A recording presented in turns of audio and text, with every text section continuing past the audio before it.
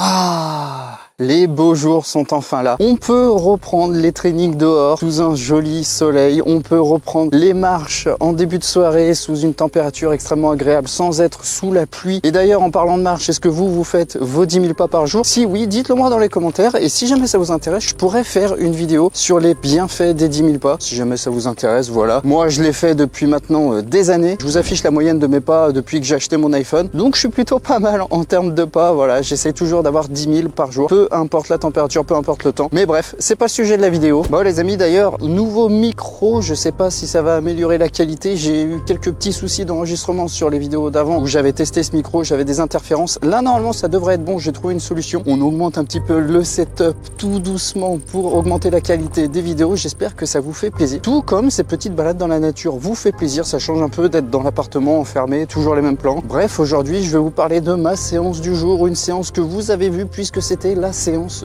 pool de ma semaine d'entraînement que je vous ai montré la semaine dernière, la séance pool intense. Et autant vous dire que c'était une séance assez dure, plus dure que dans la vidéo semaine d'entraînement parce que j'étais vraiment HS, parce que j'avais couru 14 km la veille et ça m'avait vraiment courbaturé tout le bas du corps. Et du coup, quand je suis courbaturé, moi je suis extrêmement fatigué. Je sais pas si pour vous c'est exactement pareil ou pas. Je ne pouvais pas faire la séance volume parce que je sais pas si je vais pouvoir faire mon autre séance front lever pull up. Donc j'ai préféré prendre le risque et au pire j'ai ajusté la difficulté de la séance en fonction. En vérité, ça s'est bien passé, mais c'est juste que j'ai trouvé ça vraiment très dur. Notamment les combos où j'en ai vraiment chié, mais je me suis amusé. J'ai même essayé de faire des supis planches en advanced tuck. J'ai même essayé de lancer des straddles. Bref, je vous montre tous mes combos et puis je vous récupère juste après.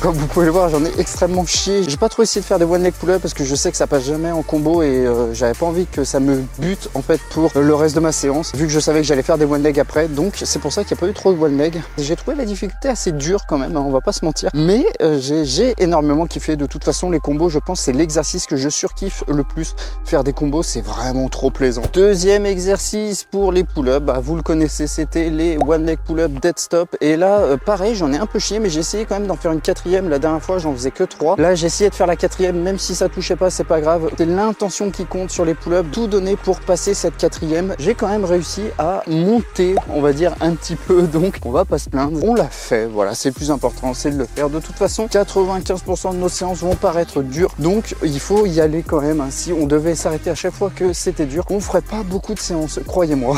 Troisième exercice, petit renfort touch. Et là, j'ai essayé de faire des advanced touch au poids du corps. Et là, je sais pas pourquoi, mais je n'y arrivais pas. Alors que normalement, advanced touch, c'est maîtrisé. J'ai quasi une dizaine de secondes, hein, comme je l'avais montré dans une certaine vidéo. Et là, que dalle, j'arrivais pas à touch. Donc du coup, en dernière série, j'ai utilisé un élastique pour pouvoir faire une one leg touch. Au moins essayer de touch un petit peu, quand même, c'est le but du touch. Je sais pas pourquoi, j'y arrivais pas. Là, ça voulait pas du tout. Et enfin, dernier exercice de cette séance, c'était un EMOM de 10 minutes.